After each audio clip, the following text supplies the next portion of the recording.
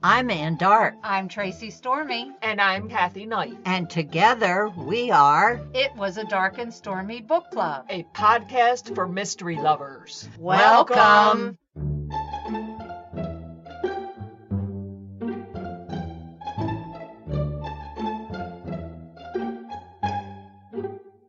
If you enjoy our show, please consider contributing to the Dark and Stormy Patreon. By becoming a patron, you will help us create better and quality content. There are also benefits to becoming a patron, such as exclusive content and Dark and Stormy merchandise. Become a supporter at patreon.com/darkandstormybc. Check our website for the link. We appreciate any and all contributions. Thank you. On today's episode, we are going to discuss The Devil and the Dark Water, which is written by Stuart Turton. It came out October 6, 2020, and is published by Source Books Landmark. Stuart Turton lives in London with his amazing wife and daughter. He drinks lots of tea. What else? When he left university, he went traveling for 3 months and stayed away for 5 years. Every time his parents asked when he'd be back, he told them next week, and meant it. Stuart is not to be trusted in the nicest possible way. He's got a degree in English and philosophy, which makes him excellent at arguing and terrible at choosing degrees. Having trained for no particular career, he has dabbled in most of them. He stocked shelves in a Darwin bookshop, taught English in Shanghai, worked for a technology magazine in London, wrote travel articles in Dubai, and now he's a freelance journalist. None of this was planned. He just kept getting lost on his way to other places. He likes a chat. He likes books. He likes people who write books and people who read books. The latest book Stuart has written is called The Devil and the Dark Water. It's 1634, and Samuel Pepys, the world's greatest detective, is being transported to Amsterdam to be executed for a crime he may or may not have committed. Traveling with him is his loyal bodyguard, Errant Hayes, who is determined to prove his friend innocent. But no sooner are they out to sea than devilry begins to blight the voyage. A twice-dead leper stalks the decks. Strange symbols appear on the sails. Livestock is slaughtered. Anyone could be to blame, even a demon. And then 3 passengers are marked for death, including Samuel. With Pepys imprisoned, only Errant can solve a mystery that connects every passenger. A mystery that stretches back into their past and now threatens to sink the ship, killing everyone on board. This is a little different for us. We're going to do a full review of The Devil in the Dark Water. and we hope you enjoy it. The first thing we're going to do is give you a list of the main characters and how they relate to the story.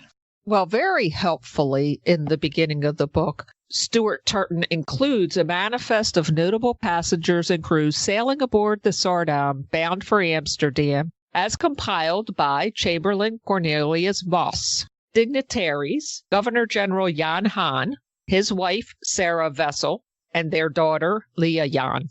Chamberlain Cornelius Voss, Guard Captain Jacobi Drecht, Kreski Jens and her sons Marcus and Osbert Peter, Viscountess Dalvane, Lieutenant Errant Hayes. Notable passengers are Predicant Sander Kurz and Ward Isabel.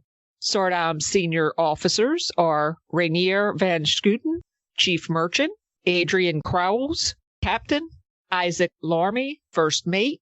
Notable crew are Johannes Vick, Boatswain, Frederick van de Hovel, Constable, and the prisoner Samuel Pepys. Well, it takes place in 1634. The ship Sardam is headed to Amsterdam From Batavia.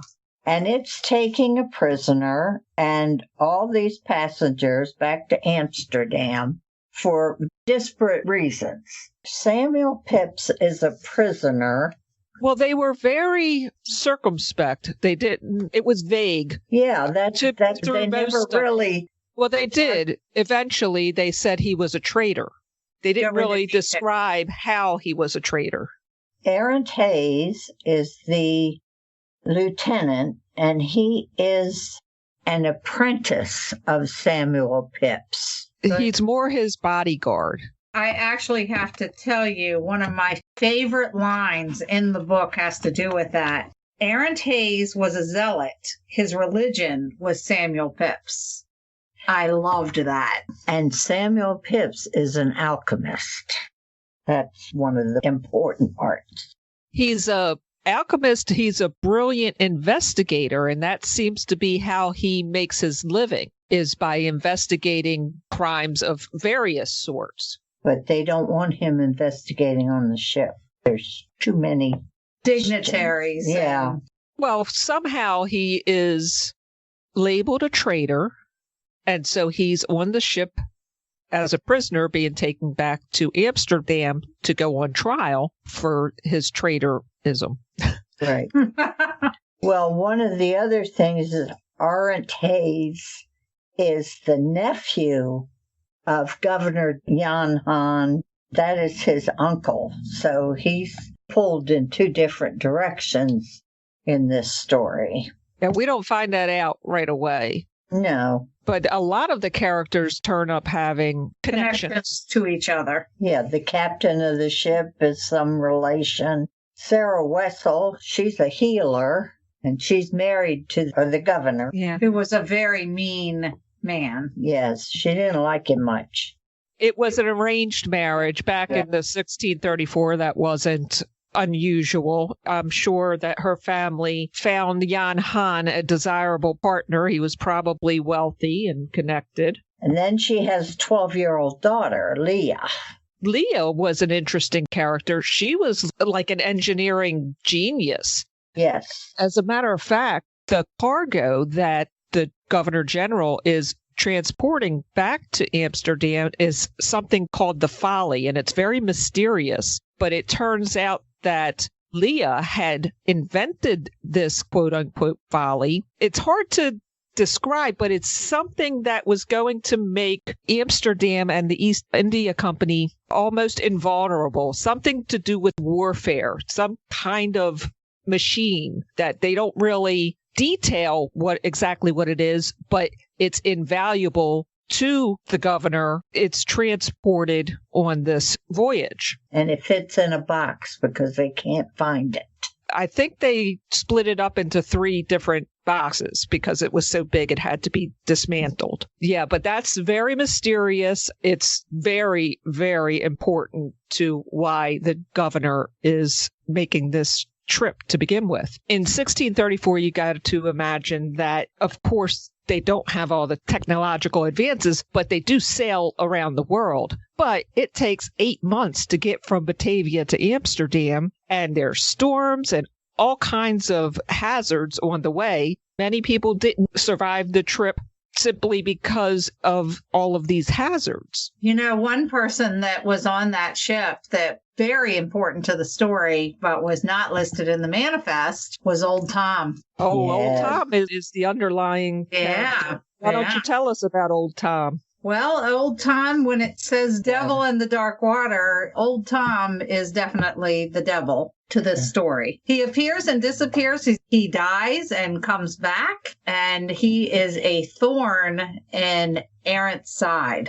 Arent is suspected of having met him years ago as a child because he and his father were out in the woods, and his father did not survive that trip out to the woods. It was suspected that Old Tom killed Arent's father, and Arent had witnessed it. I don't know if Arent didn't remember or couldn't tell. Yeah, he was traumatized. It was never really discussed why he didn't talk about it, what happened to his father over the years. Well, it also made him kind of an outcast in his village.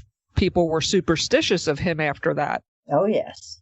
And that's how he wound up growing up with his uncle, who turned out to be Governor General Jan Han. And then on the ship, we have Kresge.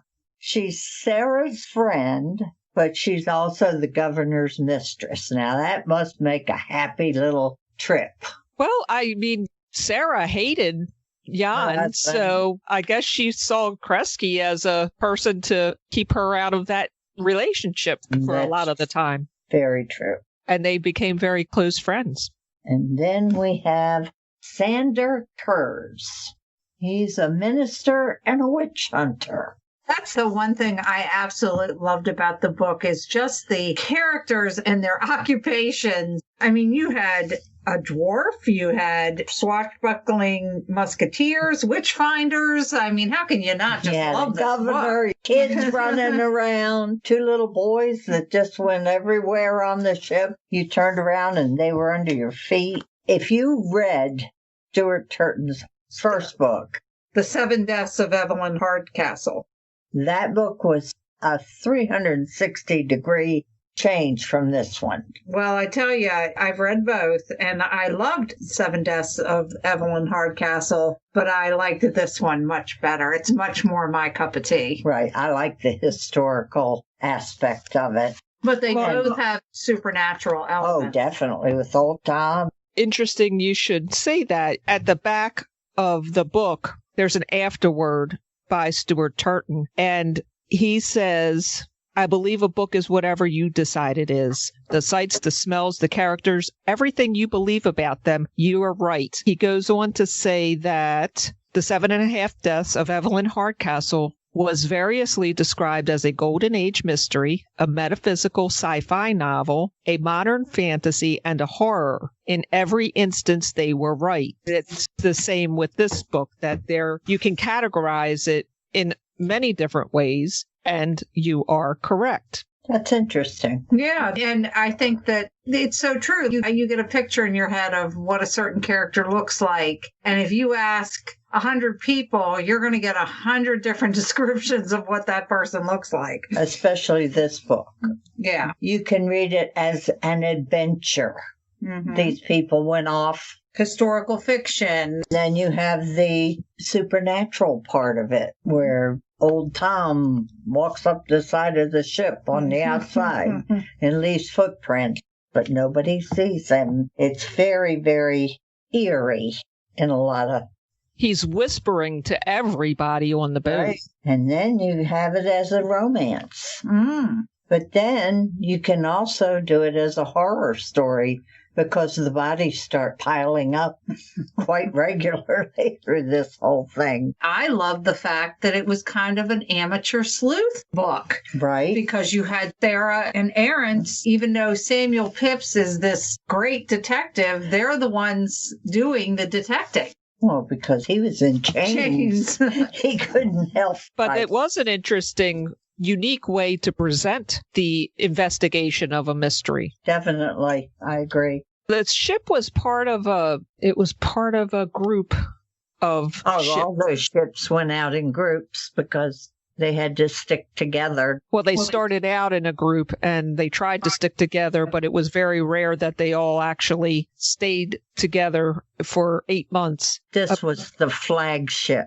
This was the one carrying the, quote, treasure, unquote. There was a mysterious, was it 8th or 9th ship that would show up in the middle of the night, and they would see red light out in the distance that they know belonged to the rest of the ships in their group. It was just very mysterious and just added to the superstition and fear as you are hearing more about old Tom, and he's starting to whisper to people. People are starting to die. Then there's this mysterious extra boat out there. What's that doing out there? So it was very dramatic. But I tell you, it's very rare that I read a book and I don't want it to end, that I could have read another couple 100 pages. I just loved everything about it. I don't know. Stuart didn't turn the 7 Deaths of Evelyn Hardcastle into a series. And I have a feeling it'll be like that with this one. But, I would give anything to have more of Aaron and Sarah and Samuel. Well, when he ended the book, it was sort of a little bit of an opening that there could be more to their story. That his endings kind of leave something to be desired. I do have to agree about the ending. It did wrap up everything, and it was a satisfying ending, but I do feel like it did leave something to be desired. I agree. But what you said earlier about not wanting the book to end, both of